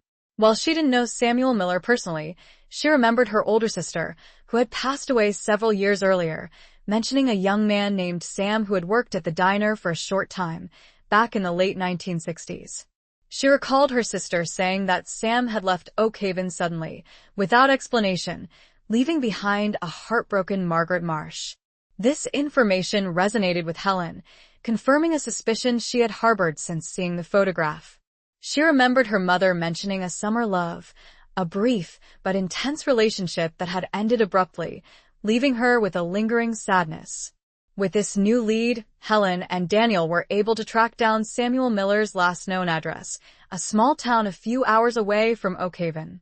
They decided to take a road trip, accompanying Sarah on her journey to find her father, to finally meet the man who had been a mystery for so long. The drive was filled with a mixture of anticipation, nervousness, and hope. Sarah was understandably anxious, her emotions a whirlwind of excitement and fear. Helen and Daniel offered their support, sharing stories of their own lives, of their own second chances, of their own journey to find love and belonging. They arrived at the address, a modest house in a quiet neighborhood. Sarah hesitated, her hand hovering over the doorbell, her heart pounding in her chest. "Are you ready?" Helen asked, her voice gentle. Sarah nodded, taking a deep breath. She rang the doorbell. A few moments later, the door opened, and an older man stood before them. He was frail, his hair white, his eyes filled with a mixture of surprise and something else. "Recognition? Can I help you?" he asked, his voice raspy. Sarah stepped forward, her voice trembling slightly. "My name is Sarah Johnson," she said. "And I believe you're my father." "Samuel Miller?" The man's eyes widened. He stared at Sarah, his gaze searching her face, as if looking for a familiar feature, a connection to the past. "Sarah?" he whispered, his voice choked with emotion. Margaret's daughter? Sarah nodded, tears welling up in her eyes. Yes, she said. Yes, I am. The man, Samuel, opened the door wider, inviting them inside. The reunion was emotional, filled with tears, with hugs, with a torrent of questions and answers. Samuel explained that he had left Oakhaven suddenly because of family obligations, a sick mother who had needed his care. He had always intended to return, to find Margaret, but life had intervened, circumstances had changed, and he had lost touch. He had never forgotten Margaret, he said, and he had always wondered about the child she might have had. He had carried the regret, the guilt, the what-ifs with him for all these years. Meeting Sarah, seeing his daughter, was a moment of profound closure, of redemption, of a second chance he had never thought possible. Helen and Daniel watched the reunion, their hearts filled with a mixture of joy and a bittersweet sadness. They had helped to bring this father and daughter together, to heal a long-standing wound, to complete a family circle. As they were leaving, Samuel turned to Helen and Daniel, his eyes filled with gratitude. Thank you, he said, his voice thick with emotion. Thank you for bringing her to me, for giving me this gift.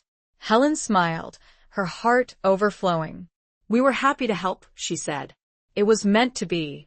They drove back to Oakhaven, the setting sun casting a warm glow over the landscape. Sarah was staying for a visit and was spending the first of what they hoped would be many nights to come with her newly found father. Helen and Daniel were silent for a while, each lost in their own thoughts, reflecting on the day's events, on the power of connection, on the enduring legacy of the past. They had started out trying to help someone else find closure, and ended up feeling that, through doing so, some part of them had also been healed. It's amazing, isn't it? Helen finally said, her voice soft. How lives can intersect, how stories can unfold, how love can endure, even after all these years. Daniel nodded, squeezing her hand. It is, he said. It's more than amazing. It's a miracle. They arrived back at the diner, the familiar aroma of coffee and cinnamon rolls welcoming them home. They had helped Sarah find her father, her past, her sense of belonging. And in doing so, they had reaffirmed their own connection, their own love, their own commitment to a future filled with hope, with happiness, with the sweet, enduring taste of forever. The diner was more than just a place, it was a catalyst, a connector, a testament to the enduring power of human connection. And the taste of forever wasn't just a metaphor, it was the reality they had created together. Okay, here's Chapter 23 of The Diner at Maple, Maine, followed by the epilogue. Chapter 23, a new beginning with Sarah's story, finding its resolution. A sense of peaceful completion settled over Helen and Daniel's lives.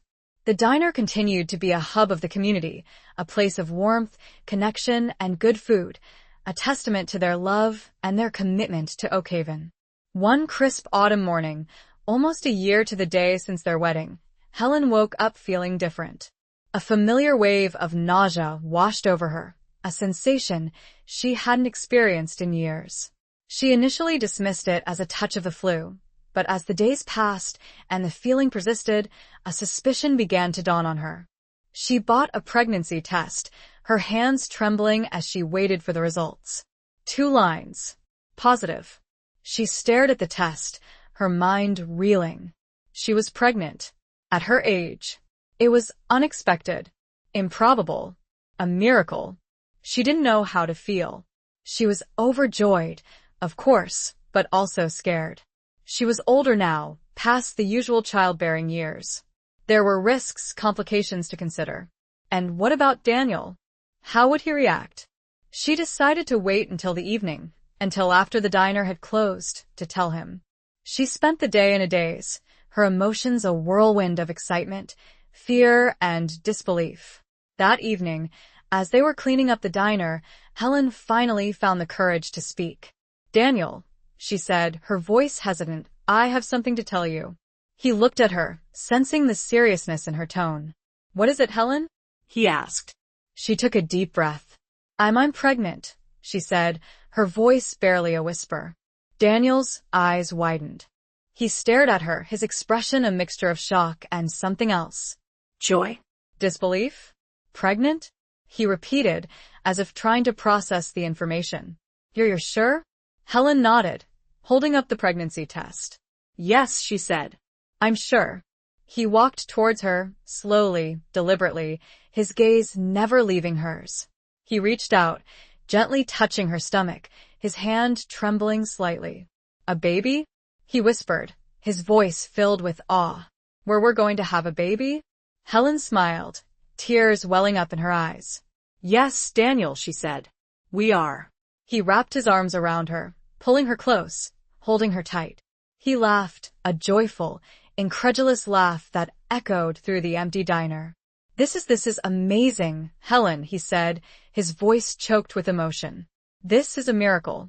They stood there, embracing, their hearts overflowing with love, with gratitude, with the wonder of this unexpected gift.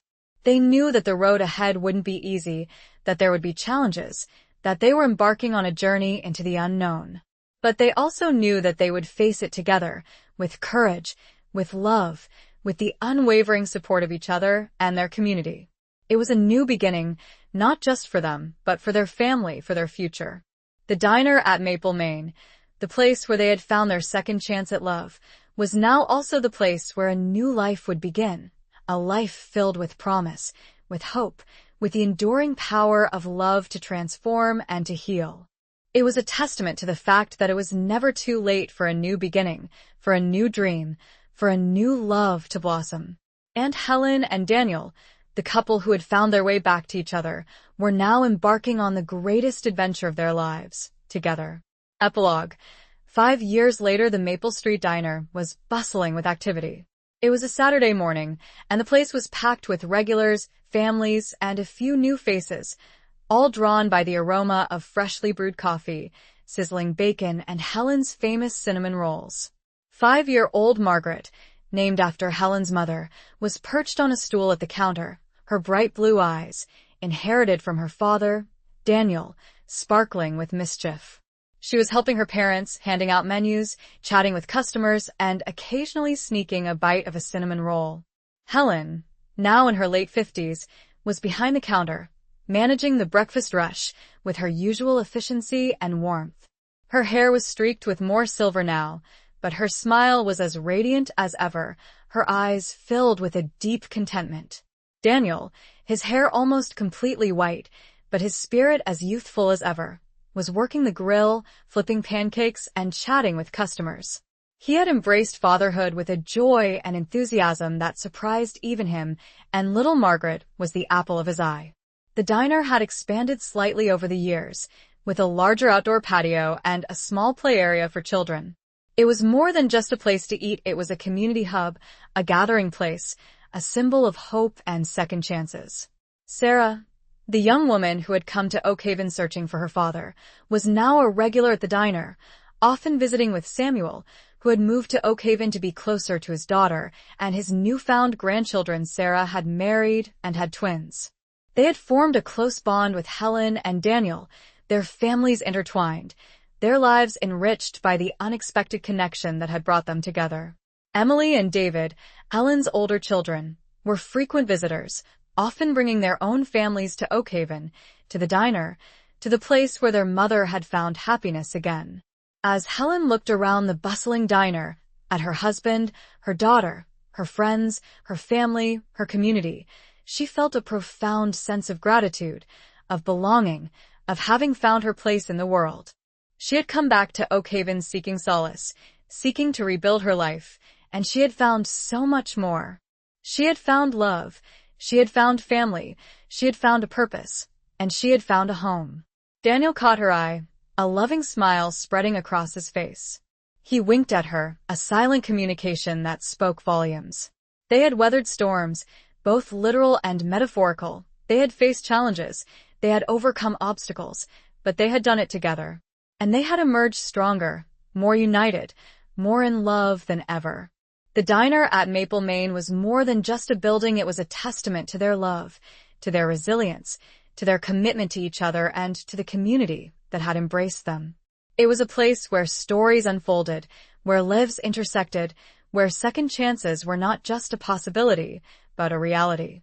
And it was a place where, 5 years later, their love story continued, a story filled with hope, with happiness, with the enduring power of the human heart to heal, to connect, and to love, again and again. Okay, here's the introduction and the KREA AI cover prompt, completing the novel.